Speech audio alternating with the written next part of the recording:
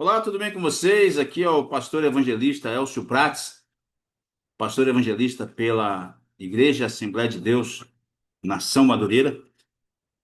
E hoje, então, nós vamos, iniciar a última aula da disciplina que fala sobre evangelismo.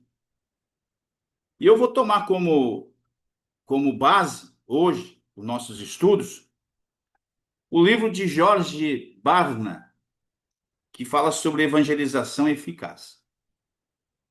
Quem que é Jorge Barna? Jorge Barna é um estadunidense, nasceu nos Estados Unidos, evangélico, e hoje ele tem uma grande empresa que produz pesquisas eclesiásticas para o crescimento da igreja. Então, se você quiser conhecer um pouco mais dentro dessa categoria sobre evangelismo e a característica da igreja moderna, então você procure os livros de Jorge Barna, e este aqui nós vamos falar sobre evangelização eficaz. Não liga muito não para minha barba aí, porque é religião, viu? É religião, tá? Sem barba ou com barba, o evangelista tem que pregar a palavra de Deus. Tem igrejas que não aceitam pessoas com barba. Está na doutrina deles, é religião. Tem igrejas que aceitam, é religião, tá? Porque Deus vê o nosso coração, não vê o externo. Pois bem, evangelização eficaz. Eu vou começar então com a página 17, onde que faz um resumo desse livro. E eu gostaria que você prestasse muita atenção. Este é um livro que retrata o estado atual dos acontecimentos, por meio dos quais podemos avaliar-nos espiritualmente, como resultado das escolhas que fizemos no passado e das escolhas que estamos inclinados a fazer hoje. Afirma você que o evangelismo ele está esquecido das igrejas modernas, porque uma em cada 10 igrejas elas não possuem uma equipe de evangelismo permanente. Não possuem essas igrejas não possuem equipes de evangelismo permanente. E por incrível que pareça, as igrejas que mais crescem são aquelas que possuem evangelismo permanente. Não é periódico, mas permanente. Então, o resumo desse livro, então, está na página 20. Na página 27, nós vamos ver sobre o reavivamento espiritual do que esse homem, Jorge Barna, ele comenta, que é muito importante. Um tempo para o reavivamento. O resultado é uma rápida transformação da decadência para o arrependimento e a renovação cultural. De uma perspectiva cristã, estamos imersos em um tempo opressivo e agitado, porque as condições sociais e morais estão maduras para um reavivamento espiritual. Interessante isso que ele fala, né? E você pode notar que todo reavivamento gerado, ele é gerado pelo Espírito Santo de Deus. E este movimento espiritual, o objetivo único de Deus são almas. O objetivo do ser humano é outro. Mas o objetivo central, essencial de Deus, do movimento espiritual, do reavivamento, é a salvação de almas. Devemos meditar na profundidade dessas palavras. Nós podemos ver também, na página 31 e 32 desse livro de Jorge Barna, Evangelização Eficaz, que ele faz um paralelo cultural entre o tempo de Jesus e os nossos tempos de hoje. Preste atenção. Para um tempo como o atual. Não aceito alguns dos argumentos atuais de que o problema real quão sofisticada é a população ou quão diferente é a nossa cultura daquele em que Jesus ministrou. Se você examinar algumas das características marcantes de ambas as culturas, é curioso constatar quão parecidas são as características da vida hoje, a da Palestina de 30 anos depois de Cristo. Antes da gente ver sobre o seguinte, no tempo de Paulo, ele que foi um dos maiores evangelizadores, tanto que o final desse estudo de hoje e desta fala minha vai ser sobre um texto de 1 Coríntios 9, que vem de Paulo. No tempo de Paulo, a evangelização dele era tão difícil como hoje. Sabe onde que ele evangelizava e muitas das vezes apanhava e muitas das vezes ele sofria, e tanto que ele comenta isso nas suas epístolas? Era dentro das sinagogas. Para dizer para você, antes da gente vir aqui desse paralelo do tempo de Cristo para o nosso tempo de hoje, né, só para terminar e depois eu vou vir aqui. Paulo, um dia, ele chegou numa cidade totalmente idólatra. E ele chegou nesta cidade e ele pregou o evangelho. Somente 3 a 5 pessoas que vieram se converter, né? Damares e outras assim. E ele saiu dali. Ele teve oportunidade de pregar. Ele estava dentro da sinagoga, depois foi para as praças, para o Areópago, que foi na Grécia, em Atenas. E ali era idólatra. Hoje você abre o Google aí, abre o Google e você vai ver quantos por cento de cristãos existem em Atenas. Você vai tomar um susto. Então, um planta, o outro rega, mas Deus dá o crescimento. Você vai ver. Pega o Google aí, você vai ver qual por cento de cristãos tem hoje a cidade de Atenas. Bom, vamos ver aqui o paralelo. O sistema político é caracterizado por uma corrupção alastrada, desconfiança pública para com os líderes políticos e extremo egoísmo entre as pessoas em posição e autoridade. É o que acontecia no tempo de Jesus, é o que acontece hoje. O governo impõe pesadas taxas e impostos sobre o povo. Isso que diz, né? Quando o justo governa, o povo se alegra. Mas quando o injusto governa, o povo sofre. Os cristãos que tentam influenciar o governo prevalecente, à luz de suas crenças religiosas, não são atendidos, são ridicularizados ou perseguidos. Muitas pessoas se consideram religiosas, entretanto, as práticas religiosas atuais são caracterizadas pelo legalismo, idolatria e sincretismo doutrinário. E outras coisas mais aqui, que são 15. Né? Vamos, né, ficar por essa aqui. Então, existe o paralelo. São as mesmas dificuldades.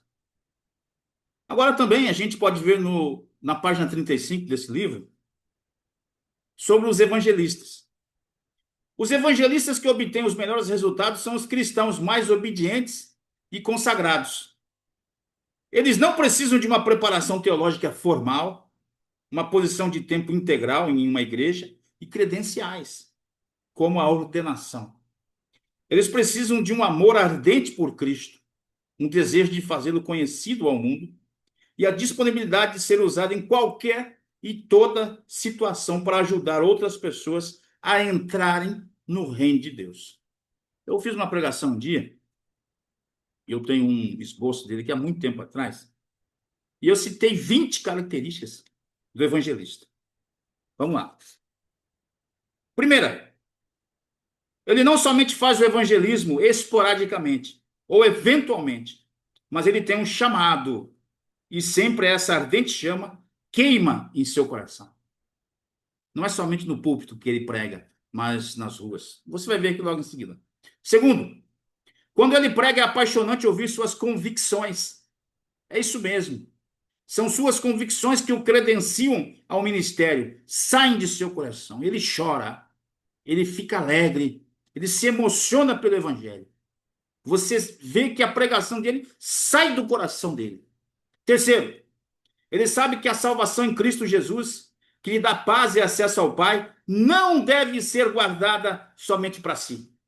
E deve ser semeada, distribuída. É um semeador.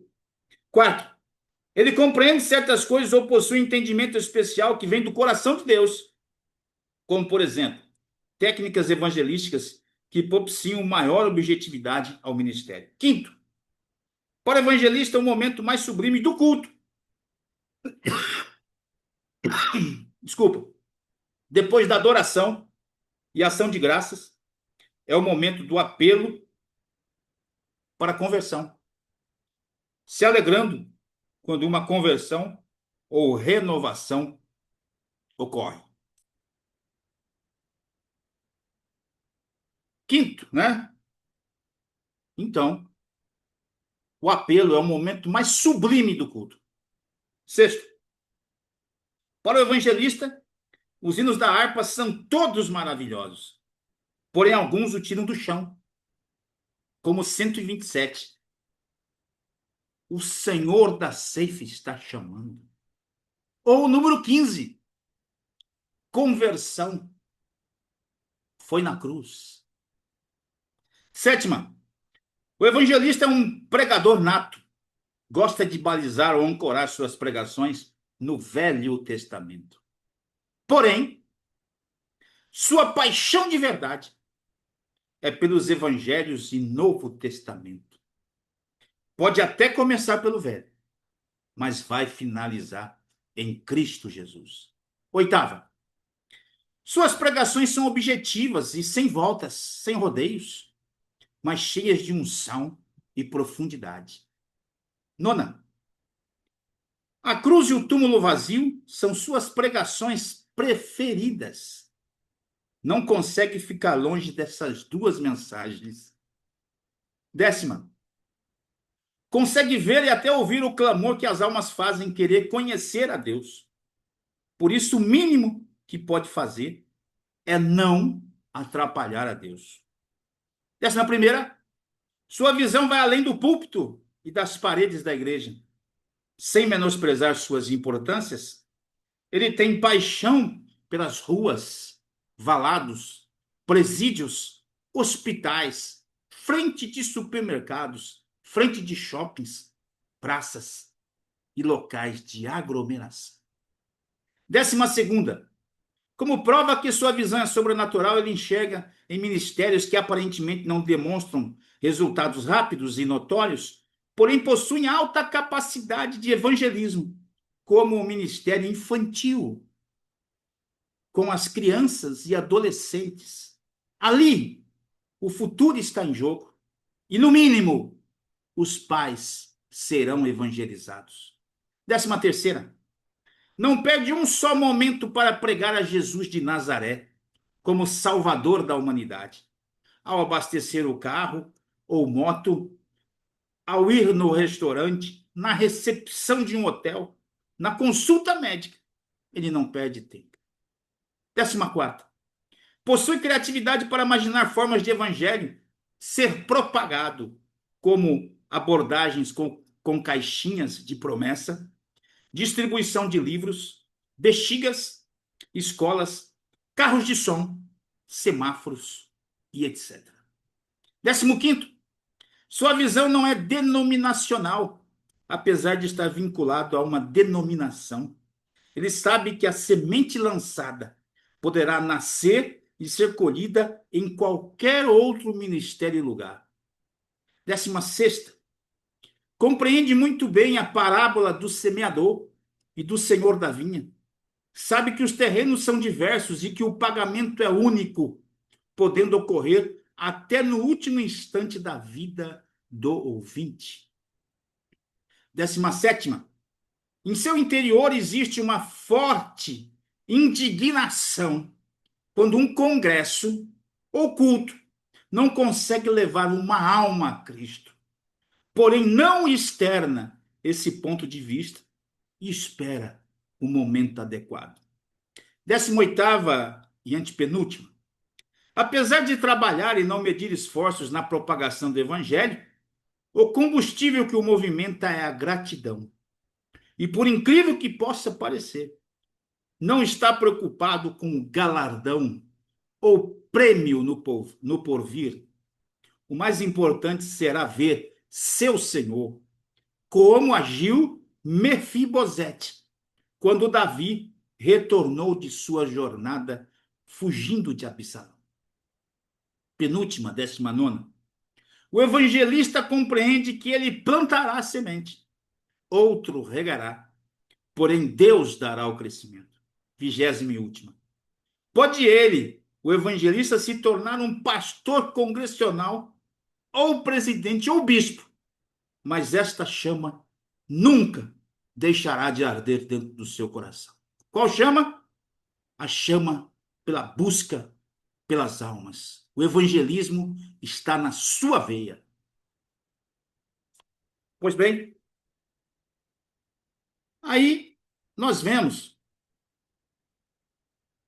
na página 85 uma situação interessante de George Barna, onde que ele fala sobre a igreja local. Preste atenção, preste atenção. As igrejas menores são capazes a estas necessidades de suprir o coração humano. Obviamente, a resposta é sim. Pois, de outra forma, não veríamos o crescimento de muitas igrejas pequenas que, ao longo do tempo, se tornam mega-igrejas. Ao mesmo tempo, porém, deve-se notar que muitas igrejas nunca chegam ao tamanho de 200 pessoas. A igreja de proporção média no país é composta de 102 adultos. Assim, é possível para uma pequena igreja ser atrativa para os visitantes. Porém, a lei das médias é contra a probabilidade. Então, aqui ele explica que para tomar conta e pastorear uma igreja, a média para pastorear são 100 pessoas. Isto vem também com a visão de Platão e de Sóstenes sobre a sociedade. Mas voltando para a igreja, realmente é isso que as grandes igrejas fazem. As grandes igrejas, ela têm copastores que possibilitam, então, cuidar das ovelhas. Por quê? Grandes igrejas de 3.000, 4.000, 5.000, é impossível que um só pastor ele faça toda essa administração financeira, patrimonial e das almas das pessoas sozinho. É impossível. Ele utiliza o auxílio de outras pessoas para que estas possibilidades elas sejam alcançadas. E principalmente também no composto sobre salvação de almas ou manutenção, como a parte de psicologia, a parte de acompanhamento, né, de visitas, então ele faz uma demanda aí para os seus auxiliares. Mas o que que ele está falando sobre isso aqui? Ele está falando que uma grande igreja, ela pode chamar pessoas, porque as pessoas elas elas vêm, elas vêm e elas vêm. Não confunda que o nosso português ele é engraçado. Elas vêm, mas elas, por este ver delas, que é uma grande igreja, então os olhos dela possibilitam essa vinda delas à igreja, porque elas olham a suntuosidade, as coisas belas e bonitas, né, a estética, e elas se sentem então atraídas então e para vir então à igreja, para ouvir uma grande palavra. Mas hoje nós temos um fenômeno, né, que nós temos a pregação hoje de um evangelho fraco, né, de um evangelho para ver somente. Não é um evangelho profundo, né? É um evangelho com muita gritaria, mas com pouca profundidade, né? É a mesma coisa que a gente vê lá em Elias, né? Em 1 Reis 19, onde que Elias estava assustado, e ele estava lá numa caverna, que todos nós passamos por alguns desses momentos, né? E ele viu, então, um terremoto passar, uma coluna de fogo passar, e ele viu uma ventania passar. E Deus propiciou, mas não estava. E aí, quando ele ouviu uma voz meiga e suave, aí ele viu que Deus estava ali e Deus disse a ele, volte. E ele voltou, então, para fazer aquelas três ações, então, que propiciaram o prosseguimento dos propósitos de Deus, né? Bom, Então, é, hoje tem sido pregado um evangelho barato que vai sair caro e está saindo caro. É um evangelho só para ver, né? Só para ver. Mas não é um evangelho para se comer, né? É um evangelho muito bonito, mas que não tem profundidade, né? Você vê pelos pregadores midiáticos hoje, né? E você vê os pregadores do passado, né? Até você que tem mais de 50 aí, você vê que esses pregadores do seu tempo são infinitamente melhores do que os de hoje. Apesar que hoje tem excelentes pregadores, porque a palavra de Deus ela não pode parar. A complicação humana nunca vai parar a simplicidade e objetividade de Deus. Bom, aí a gente viu, né? Desculpe aí, né? A gente viu na página 85, agora a gente vê na página 90 que o que afugenta os não frequentadores. Olha que situação também que eu já tinha percebido isso aqui. Porque o marketing agressivo, tal como o telemarketing e as visitas domiciliar, gera reações tão negativas da parte dos afastados da igreja. Pelas mesmas razões que as vendas por telefone ou de porta em porta criam reações negativas. Quando nos envolvemos em tais esforços, estamos enviando a mensagem de que nossa programação é mais importante que a privacidade e o tempo do que estamos visitando. Estamos impondo-lhes nossos valores. Agressivo demais. E agora, o que atrai os não frequentadores? Preste atenção nisto que Deus vai falar contigo. O que atrai os não frequentadores? A primeira e que tem maior eficácia consiste em os membros da igreja criarem relacionamentos honestos e atenciosos com os não frequentadores e algumas vezes convidá-los a assistir aos cultos e não somente convidá-los, mas trazê-los. A segunda é a igreja patrocinar eventos não religiosos, como atividades esportivas, sem cobrar nada, feiras comunitárias, exposições de trabalhos, manuais ou artísticos, programas artísticos ou musicais, acampamentos. Aí você tem que cobrar um pouco, né? Porque senão vai ser o custo muito maior. Projetos de assistência comunitária, como consulta médica, odontológica ou das mesmas vezes com advogados.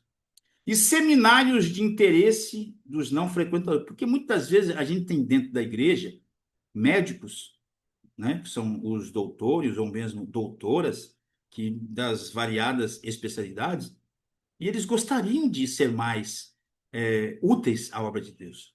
Então, por que não usá-los, né? Desta forma, nestas oportunidades, despertar neles, aos descrentes, o desejo de assistir aos cultos. Eu vejo também nos cultos das crianças, não é cultinho, não, nos cultos das crianças, muitos pais vindo às igrejas para ouvir a palavra de Deus.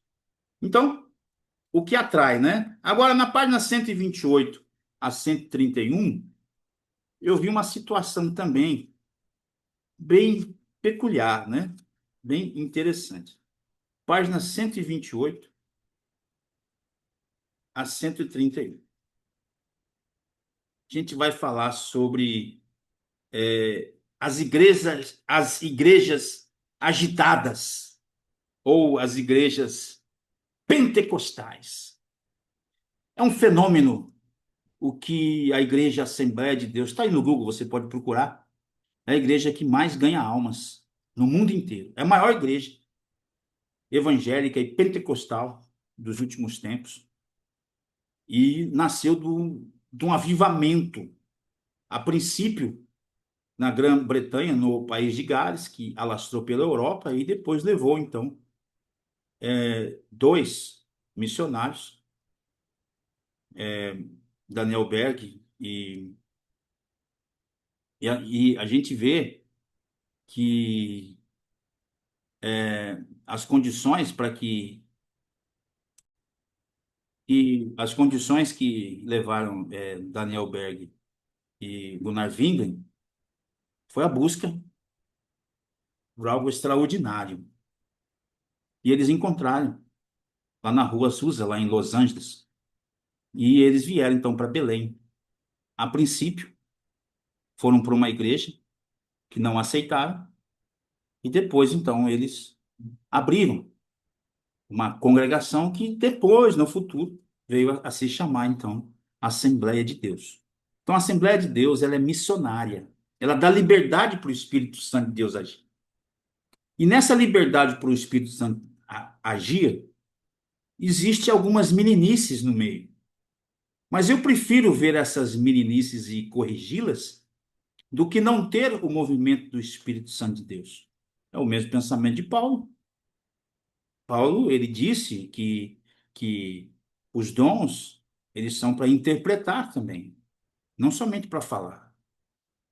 Mas, dentro desse ponto, essa liberdade que existe, pega uma planta e coloca ela num vaso e vá regando ela, ela vai crescer. Mas pega essa mesma planta e coloque no meio do seu quintal. Dá liberdade para ela. Você vai ver que maravilha que ela vai ficar. É a mesma coisa da Assembleia de Deus.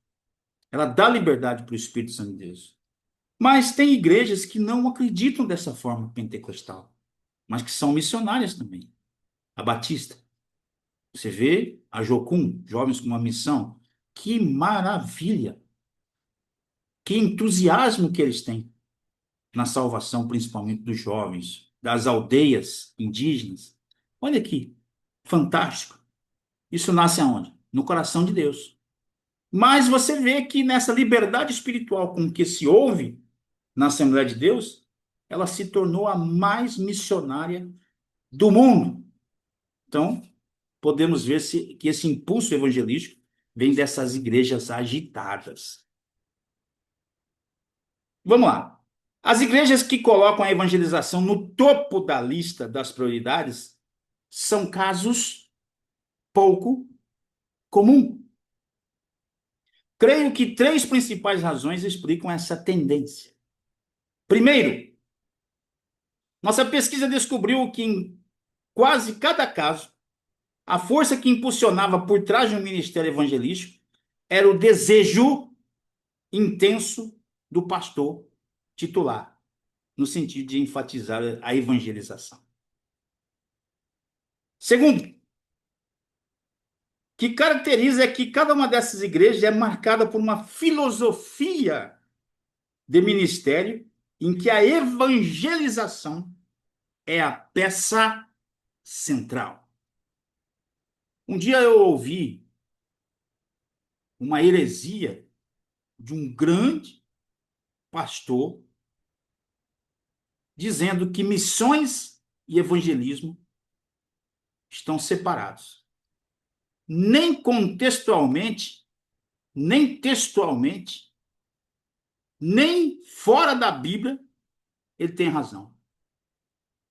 Onde se tem missões, tem evangelismo. E onde tem evangelismo, tem missões. É impossível separar. E eu falei com ele. Sabe o que ele fez? Ficou com a convicção que ele tinha. Não mudou. Sabe por quê? A juventude faz isso. A juventude faz ele teimar. Mas um dia ele vai ver que a verdade é que prevalece, é a verdade que vem do coração de Deus. Bom, pois bem. Então, o evangelismo tem que estar centrado no coração, no fundamento, né? No estatuto dessa igreja. Eu ouvi um dia um testemunho maravilhoso que um certo pastor, que hoje ele é o presidente principal da sua instituição, mas na época ele não era, ele foi designado para abrir uma porta de uma igreja numa cidadezinha bem pequena, totalmente envolta de um outro ministério, mas era novidade ali, uma igreja pentecostal. E ele chegou, fez evangelismo e ele abriu. tinha poucas pessoas. E nessa cidade existia uma pessoa muito influente, que ela tinha sua esposa, que estava doente. E esse homem, muito influente, levou a esposa dele para todos os médicos e também tentou do lado espiritual com algumas coisas, com alguns líderes espirituais, e não aconteceu nada. E um certo dia, então, ele ouviu falar desse pastor que estava iniciando, né, na cidade, que hoje esse pastor ele é líder de uma grande denominação. E então, este homem de grande influência mandou chamar esse pastor. E esse pastor foi lá, orou pela esposa, impôs as mãos sobre ela, ungiu ela com óleo e foi para sua casa. Chegou na sua casa, dormiu. No outro dia, de manhãzinha, estava na porta da sua igreja e ele viu um monte de pessoas vindo de encontro a ele. E na frente estava esse homem de grande influência. E ele chegou, ele era um homem de dura serviço, né? E ele olhou para o pastor e falou assim: Bom dia. Aí o pastor: Bom dia, senhor, tudo bom? Ele falou assim: Ó, eu gostaria assim, de convidar a vossa pessoa para ir lá em casa agora, porque nós temos um café. Eu falei assim: Ah, tá bom, eu vou lá. E eu gostaria assim, de falar que quem está preparando o café é minha esposa. Ela levantou com muita saúde, antes do que eu até. Ela está fazendo o café e está esperando nós. E eu acredito nesse Deus que você prega. Olha que coisa, a metade da cidade se converteu.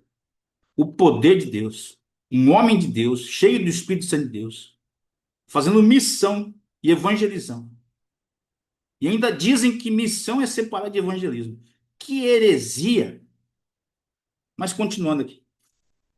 Nós vamos então agora, já quase já finalizando, para a página 133 a 140, e nós vamos falar os traços das igrejas evangelizadoras. Interessante isso, viu? Página 133 até a 140, ele fala, George Barna, no seu livro Evangelização Eficaz,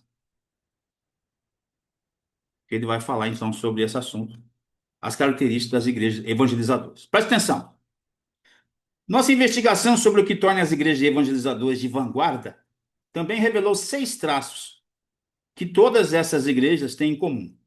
Pode ser viável ter uma igreja evangelizadora sem possuir cada um desses traços, mas não encontramos nenhuma que tenha fugido a esse molde. Primeiro, os cultos de fim de semana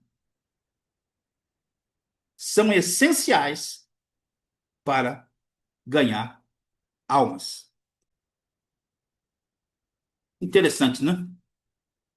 Os cultos de fim de semana são essenciais para ganhar almas. Segundo, a ênfase do ministério da congregação é dirigida constantemente para a evangelização local. Eu vou explicar. Usa sermões e outras formas de ensino que se relacionam com a necessidade e os meios dos cristãos propagarem sua fé. Os cultos, eles são direcionados para pregações que incentivam a evangelização. Não somente durante um mês, mas na sua maioria são. Esse é o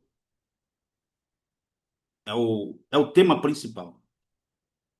E ter o pastor e os oficiais como exemplos de ardor e de estilos de vida evangelísticos baseados e pautados na vida de oração, para buscar o céus, que movimentam a vida espiritual, para buscar o novo, a criatividade de Deus. Bom, terceiro, a igreja usa eventos para alcançar as pessoas. Interessante. Quarto, para promover a evangelização eficiente, essas igrejas estudam o que outras igrejas estão fazendo, adotam e adaptam livremente na forma que eles pensam. Que não é cópia, é adaptação.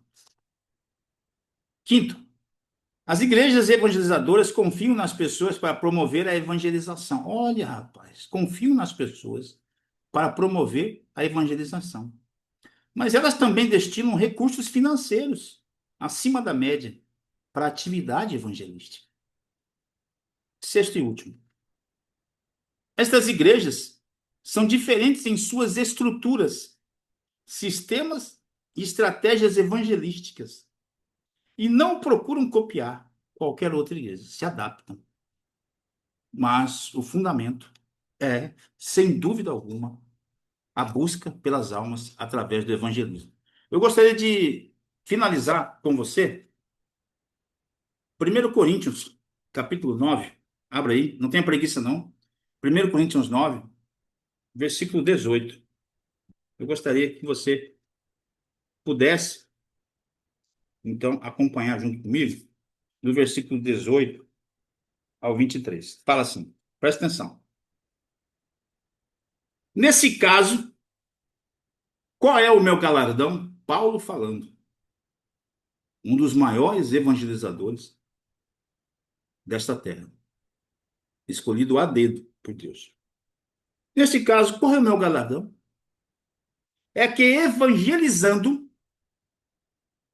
proponha de graça o evangelho para não me valer do direito que ele me dá. 19. Porque sendo livre de todos, fiz-me escravo de todos, a fim de ganhar o maior número possível. 20. Procedi para com os judeus como judeu, a fim de ganhar os judeus, para os que vivem sobre o regime da lei, como se eu mesmo assim vivesse, para ganhar os que vivem debaixo da lei, embora não esteja eu debaixo da lei. 21. Aos sem lei, como se eu mesmo fosse, não estando sem lei para com Deus, mas debaixo da lei de Cristo, para ganhar os que vivem fora do regime da lei. 22, e penúltimo. Fiz-me fraco para com os fracos, com o fim de ganhar os fracos. Fiz-me tudo para com todos, com o fim de, por todos os modos, salvar alguns. 23, para terminar esse texto. Tudo faço por causa do Evangelho, com o fim de me tornar cooperador com ele. Pois bem, para terminar a minha fala, eu gostaria de dizer algumas palavras que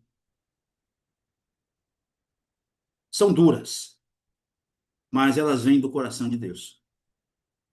Se você pensa que vem do meu coração, o tempo dirá. Primeiro, nós estamos viciados demais nas quatro paredes da igreja. Estamos viciados demais nas quatro paredes da igreja. Um posto de gasolina, ele é para abastecer e reabastecer. Ele não é para você gastar ali dentro o combustível que você vai colocar no seu veículo, seja carro, moto ou caminhão. É impossível você fazer isso. É até engraçado você querer gastar tudo ali. Não vai dar. Não tem espaço. Então é a mesma coisa a gente pensar na igreja. A igreja é um lugar de abastecimento, é uma escola que nos abastecemos. Mas ali não é o lugar para a gente gastar todo o combustível que a gente ganha vindo do coração de Deus. É o mundo, é a vizinhança, é as praças, os valados, que nós gastamos o combustível que ganhamos do coração de Deus, para nossa manutenção da nossa vida. Uma pessoa que vai na academia e que faz a musculação, fica forte, mas não é capaz de carpir o quintal da sua casa, classifico hoje a maioria dos cristãos, infelizmente, hoje que nós vemos. Ganham tanta força de Deus,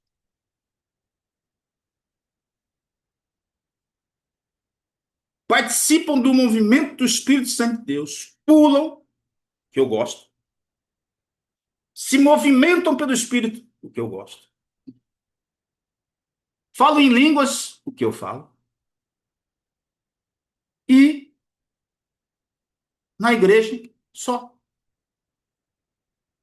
Qual é o fundamento disso, do movimento do Espírito Santo de Deus? É a salvação de almas. É o interesse de Deus, é salvação de almas. Deus não vai barrar, Deus não vai interromper. Mas é um egoísmo nosso. É um egoísmo. Cristãos agora, neste momento, que podem estar vendo e ouvindo esse estudo, podem estar horrorizados. Mas pense, é egoísmo demais. Por que egoísmo? A mensagem que te salvou, ele pode salvar o oprimido, a pessoa possessa, o drogado, o bebum. Por quê? Tudo Dostoiévski, há muito tempo atrás, quase 2 séculos, ele disse que dentro do nosso coração, das nossas emoções, da nossa alma, a gente pode colocar o que quiser, não vai suprir o lugar e o tamanho de Deus dentro da nossa alma. Podemos colocar riquezas, lanchas, iate, jet ski, fazenda, bens materiais, podemos colocar tudo. Ainda mesmo assim, qual o tamanho de Deus? E ele cabe exatamente o número de Deus cabe exatamente dentro do seu coração. Se você colocar todas essas coisas do mundo nas palavras de Jesus, vai faltar espaço ainda. E o que a pessoa busca para suprir tudo isso? Ela busca drogas, ela se acorrenta dentro de si mesmo, ela vive preocupada, ela contrata pessoas para tomar conta da sua riqueza, sendo que vai ficar aqui, não que riqueza não seja boa. Ela bebe para esquecer, isso tudo é o quê? As pessoas hoje, drogadas e viciadas, elas bebem em busca de algo que lhe dê prazer e que lhe dê o sentido da vida. O que é isso? Uma busca por Deus. São pessoas que buscam o certo no lugar errado. E nós vemos hoje a igreja afastada dessas pessoas, porque são pessoas impuras. Arrotamos santidade, enquanto que as almas vão de roldão para o inferno. Arrotamos santidade, pregamos, bailamos, pulamos e temos nojo das pessoas que estão nesse mundo, nos bares, nos valados, nos centros de prostituição, nos estádios. E ainda nós vemos ainda cristãos que torcem para um time e dão um pulo de alegria e não são capazes de dar glória a Deus dentro da igreja. Pulam pelo seu time, mas não se contentam com a alegria do Espírito Santo de Deus dentro da igreja. Mas o que eu quero dizer sobre isso? A igreja é uma escola. Fora, no mundo, é onde que nós gastamos. E nós não vamos nos contaminar. Nós não vamos, porque Cristo está conosco. E o maior é Cristo em nós, não aquele que está no mundo. Que Deus abra a sua visão para o evangelismo. Que você seja aquele jovem que estava do lado de Eliseu. Que Eliseu entrou numa briga. Que viu as estratégias e as tramóias do inimigo. E ele automaticamente entrou na guerra. E no outro dia o exército do inimigo estava na sua porta. Estamos em guerra. E Eliseu fez abrir os olhos daquele jovem para ver que aqueles que estão com você, comigo e com nós, é muito maior do que aqueles que estão no mundo. Estamos numa guerra espiritual. Quem faz evangelismo está na linha de frente. Está na linha de frente desse exército ao qual é o reino de Deus. O ciclo de oração está na frente também. Então, meus amados irmãos, que Deus te abençoe e te guarde, que faça resplandecer sobre você o seu rosto, e Deus te abençoe, e espero ter sido útil, né, a essa sua caminhada no evangelismo para salvar as pessoas e livrá-las do inferno. O inferno não foi feito para elas, foi feito para o diabo. Entre Deus e o diabo está tudo resolvido. Jesus Cristo de Nazaré já venceu.